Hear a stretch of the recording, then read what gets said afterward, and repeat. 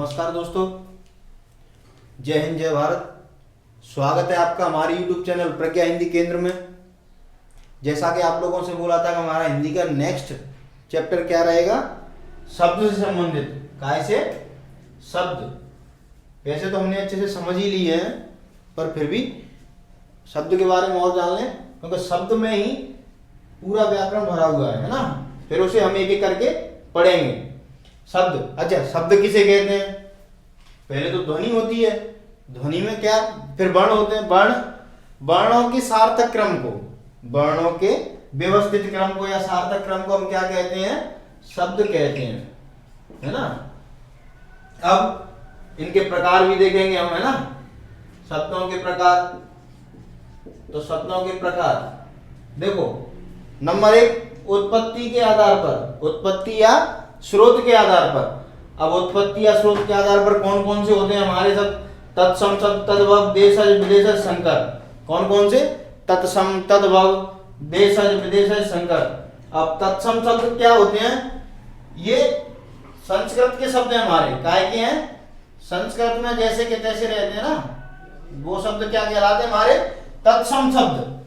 अब तद्भव, तो संस्कृत के शब्दों को हिंदी में अगर कर देते हैं अपन, संस्कृत के शब्द जो होते हैं वो हमारे अगर हिंदी में कन्वर्ट कर दिए जाते हैं तो वो क्या क्या क्या कहलाते हैं हमारे? तद्भव शब्द। अब संस्कृत में जैसे घृत, घृत, अब इसका हम तद्भव करेंगे तो क्या हो जाएगा? घी। तो हिंदी में घी, तो घी क्या हो गया? तद्भव शब्द हो गया। और तत्सम शब्द क्या हो गया? घृत। अब देशज, देशज यानी देश के अंदर, हमारे देश में जो भी शब्द बोले जाते हैं वो देशज हो गए।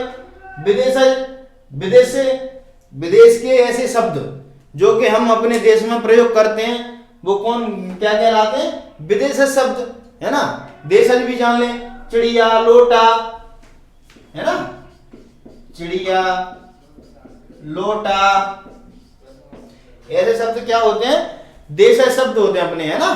गड़बड़, खिचड़ी, खिड़की, गड़बड़, खिचड़ी, खिड़की, ये क्या होते हैं? देशज शब्द। अब विदेशज शब्द पढ़ेंगे ना, ये कहां से? जैसे विदेशों के अरबी, फारसी होते हैं ना, अरबी के शब्द, फारसी के शब्द, तुर्की, अंग्रेजी के शब्द जो कि हम अपने देश में हिंदी में प्रयोग करते हैं। अब देखते हैं अरबी में कौन सा है, फारसी में कौन सा है ना। हलवाई, जलेबी, अरबी में हलवाई, हलवाई शब्द कहां का है? अरबी का। जलेबी, जलेबी शब्द कहां का है? फारसी का। जलेबी का नाम सुन के तो मुंह में पानी आ गया होगा, है ना। तुर्की, तुर्की में शब्द है बेगम, ये कहां का शब्द है? तुर्की का। ये तो विदेश शब्द हो गए। अब हम संकर शब्द भी पढ़ेंगे, क्योंकि हमने पहले ही बोला था कोई भी चैप्टर स्टार्ट करने से पहले उसके बारे में हमें अच्छे से जान लेना चाहिए कि ये क्या है, इसे क्या कहते हैं, इसमें कौन कौन से भाग आते हैं और फिर उनको क्या कहते हैं। पहले उनके बारे में थोड़ा बहुत हमें जान लेना चाहिए, फिर हम अगर पढ़ेंगे तो फिर हमें अच्छे से समझ में आ जाएगा। अब हम संकर शब्द भी पढ़ेंगे। दो विभिन्न शब्दों से मिलकर, यानी दो अलग अलग, दो विभिन्न शब्दों से मिलकर नया शब्द बनता है, उसे क्या कहते हैं? संकर शब्द। दो विभिन्न शब्दों से मिलकर नया शब्द बनता है, दो विभिन्न शब्दों से मिलकर, है ना।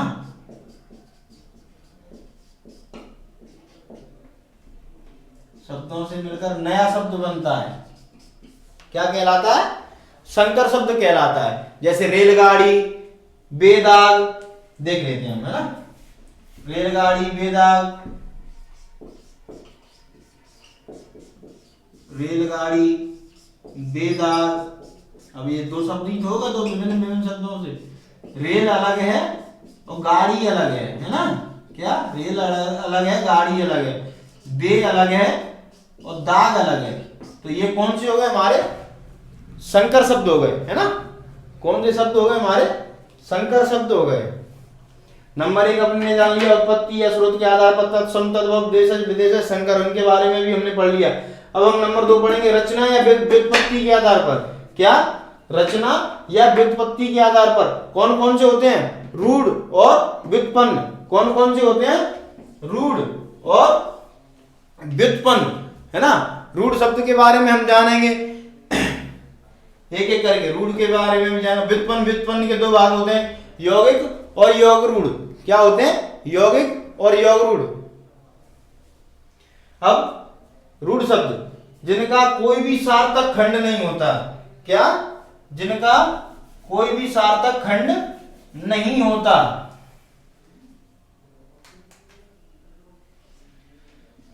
कोई भी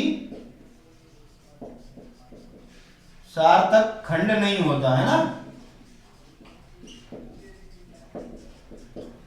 ऐसे शब्द जिनका कोई भी सार्थक खंड नहीं होता क्या कहलाते हैं? वो हमारे रूढ़ शब्द कहलाते हैं, ना। जैसे कि जल, दूध, है ना। उदाहरण देखेंगे हम, जल, दूध, ठीक है। अब व्युत्पन्न के आधार पर, यौगिक, योग रूढ़, यानी व्युत्पन्न के आधार पर भी हम पढ़ाएंगे यौगिक और योग रूढ़।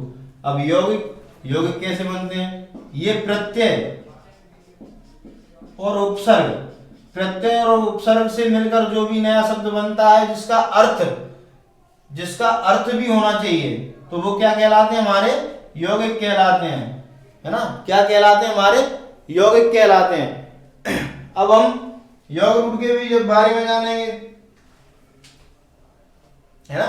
योग रूढ़ क्या है कि उनका अर्थ तो होता है लेकिन वो पर्टिकुलर किसी एक के प्रति रूढ़ हो जाते हैं। जैसे कि उदाहरण से समझा जाए, लंबोदर, पीतांबर, लंबा है उधर, जिसका अर्थ है श्री गणेश, ये पर्टिकुलर एक के ही प्रति हो गए। किसी एक के, इनके अर्थ अलग अलग हो लेकिन वो अलग एक ही पर डिपेंड करता, पर्टिकुलर एक के लिए ही हो जाए, तो वो क्या कहलाता है? हमारा योग रूढ़। एग्जाम्पल में लिख लें, पीतांबर, लंबोदर, है ना। ये हमारे क्या है? योग रूढ़ है ना। मिठाई वाला, पाठशाला, ऐसे, है ना। मिठाई वाला, पाठशाला। हमने नंबर 2 भी पढ़ लिया। रचना के आधार पर या व्युत्पत्ति के आधार पर कितने प्रकार के होते हैं? 2 प्रकार, रूढ़ या व्युत्पन्न। रूढ़ जिनका कोई भी सार्थक खंड नहीं होता, व्युत्पन्न इनके 2 भाग होते हैं, यौगिक, योग रूढ़, है ना। यौगिक प्रत्यय उपसर्ग से जो मिलकर जो शब्द बनता है जिसका कोई सार्थक अर्थ हो, तो वो क्या कहलाते हैं? यौगिक। योग रूढ़ जिनका अर्थ अलग अलग होता है लेकिन किसी एक के प्रति ही हो जाते हैं वो, है ना। तो जैसे उदाहरण में पीतांबर, लंबोदर,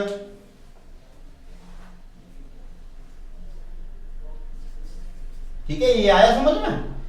पीतांबर, है ना। मिठाई वाला भी लिखने इसमें, ये किसी एक के प्रति रूढ़ हो जाते हैं, क्या कहलाते हैं? योग रूढ़। हमने इतना पढ़ लिया। अब हम नंबर 3 पे भी जाएंगे, है ना। जब तक इसको साफ कर लें, थोड़ा लिखने में भी आ जाएगा।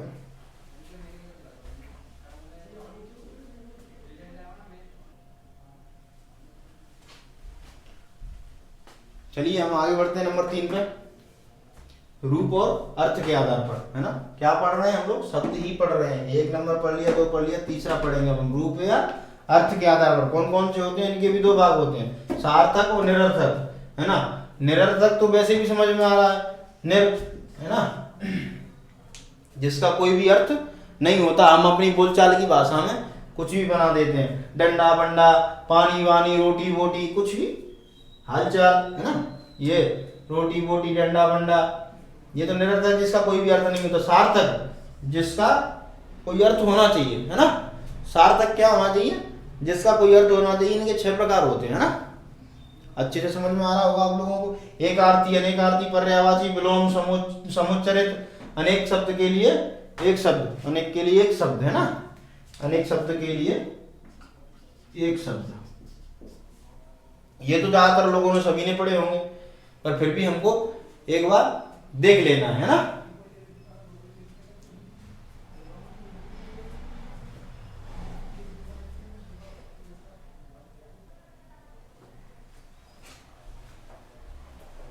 एकार्थी, अनेकार्थी, वैसे भी समझ में आ रहा हो। एकार्थी, जब कोई भी शब्द हमको समझ में नहीं आए तो उसे हम दो टुकड़ों में बांट दो, उनको अलग अलग कर दो। एकार्थी एक अर्थ, अनेकार्थी अनेक अर्थ, है ना। तो सिंपल सी बात है, एकार्थी तो एक अर्थ वाला हो गया, है ना, जो कि पर्टिकुलर एक ही चीज हो। जैसे भारत देश एक ही है, चीन, अमेरिका ये एक ही है ना। ये तो हो गया अपना एकार्थी, है ना। भारत देश, देश तो एक ही है भारत। अनेकार्थी, ऐसे अनेकार्थी, एक शब्द के अनेक अर्थ हो, है ना, एक शब्द के अनेक अर्थ हो। जैसे जड़ का मूल, है ना, जड़ ले लेते हैं अपन। जड़ के कौन कौन से अर्थ हैं वैसे आप लोगों को पता हो, बताना।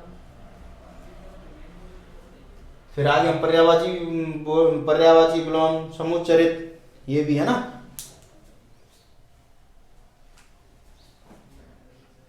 मूल, मूर्ख और अचेतन, मूल, मूर्ख, अचेतन, ये तो जड़ के अनेक प्रकार हो गए, है ना। पर्यायवाची भी हमको अब ऐसी पर्यायवाची से अग्नि का कर दो, वायु का कर दो। चलो स्टार्टिंग कर लेते हैं गणेश जी से ही कर लेते हैं, श्री गणेश, तो उनके भी अनेक पर्यायवाची हैं। लंबोदर, है ना, श्री गणेश के भी लंबोदर, बहुत सारे पर्यायवाची हैं। उनके 11 न जाने 13 तो नाम है उनके, है ना। कितने हैं? 11-13 नाम होंगे। एक दंत, है ना, दयावंत ऐसे बोलते हैं, एक दंत दयावंत चार भुजाधार तो ये श्री गणेश का विलोम, विलोम का अर्थ होता है उल्टा, है ना। ये तो सभी लोग जानते होंगे विलोम का अर्थ क्या होता है, उल्टा। बड़ा का छोटा, मोटा का पतला, है ना, ऐसे उल्टे होते हैं। समुच्चरित, अब समुच्चरित के भी बारे में जानेंगे। जैसा कि हम देख रहे हैं, बोलने और सुनने पर एक जैसा प्रतीक हो परंतु अर्थ भिन्न हो। बोलने और सुनने पर एक जैसा प्रतीत हो लेकिन अर्थ भिन्न हो। बोलने और सुनने पर एक जैसा प्रतीत हो लेकिन अर्थ भिन्न हो, क्या कहलाते हैं हमारे? समुच्चरित, है ना। बोलने और सुनने पर एक ही हो और वैसे बोलने और सुनने पर एक जैसा प्रतीत हो रहा हो और अर्थ अलग अलग हो। जैसे सूत का अर्थ क्या क्या होता है? सूत, एक हो गया सूत, एक हो गया सुत। सूत का अर्थ धागा भी होता है और सुत का अर्थ होता है बेटा, है ना। सुत का अर्थ क्या होता है? बेटा। सूत के और भी अर्थ होते हैं, भाटा भी होता है एक। तो ये तो हो गया समुच्चय। अनेक शब्द के लिए सब ये तो सभी लोग जानते होंगे, मैंने पढ़ाया भी है ना। तो जो सब कुछ जानता हो, जैसे सर्वज्ञ, है ना, जो सब कुछ जानता हो वो क्या कहलाता है? सर्वज्ञ। ये अनेक शब्द के लिए एक शब्द हो गया। अब हम अगला ये भी पढ़ेंगे नंबर 4, प्रयोग के आधार पर। 3 हो गए, उत्पत्ति के या स्रोत के आधार पर, रचना या व्युत्पत्ति के आधार पर, रूप या अर्थ के आधार पर, प्रयोग के आधार पर। प्रयोग के आधार पर भी 2 प्रकार के होते हैं, विकारी और अविकारी। विकारी और अविकारी। नाम प्रोनाम बोलते नहीं इनको, विकारियों को। ऐसे संज्ञा सर्वनाम नाम प्रोनाम, संज्ञा सर्वनाम क्रिया विशेषण। विकारी कितने होते हैं? 4, है ना। अविकारी भी 4 होते हैं। संबंध बोधक, समुच्चय बोधक, विस्मयार्थ बोधक, क्रिया विशेषण, है ना। संज्ञा सर्वनाम क्रिया विशेषण। शब्द वैसे भी तो बोलते हैं, शब्द समारे बोलिए शब्द के हाथ न पाओ, एक शब्द औषधि करे एक शब्द करे घाव, है ना। शब्द के कभी हाथ पैर नहीं होता है, क्योंकि वही शब्द मीठी वाणी में भी परिवर्तन हो जाता है। वही शब्द किसी से लड़ाई झगड़ा करवा दे, है ना। तो शब्द को हमेशा संभाल के बोलना चाहिए। शब्द वाला ये हमने अच्छे से समझ लिया। एक एक करके हम इनको अच्छे से नोट भी करेंगे। तत्सम शब्द लिखाएंगे हम सबको, तत्व भी लिखाएंगे, देशज विदेशज बहुत सारे लिखाएंगे, आपको अच्छे से रीड करना है ना। उत्पत्ति के आधार पर, तत्सम रचना के आधार पर, रूढ़ या व्युत्पन्न, यौगिक योग रूढ़ है ना, रूप के रूप या अर्थ के आधार पर, सार्थक निरर्थक, एकार्थी अनेकार्थी, पर्यायवाची विलोम, ये सारे शब्द है ना। प्रयोग के आधार पर विकारी संज्ञा सर्वनाम, इनको हम अच्छे से पढ़ेंगे है ना, नोट भी करेंगे, अच्छा नोट्स भी बनाएंगे, तो आप लोग अच्छे से समझ लें। और फिर भी अगर कोई भी कमी दिख रही हो आप लोगों को तो आप मुझे बताएं कमेंट बॉक्स में। कोई गलती अगर मैं कर रहा हूँ ये भी आप लोगों में बताएं मेरे को। और समझ में आ रहा है तो एक लाइक जरूर ठोक देना, अच्छी लग रही है अगर वीडियो, शेयर सब्सक्राइब भी कर देना आप लोग।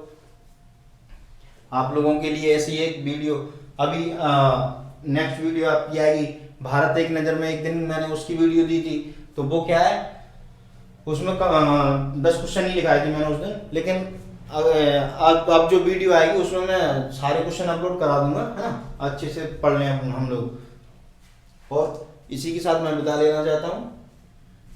जय हिंद, जय भारत।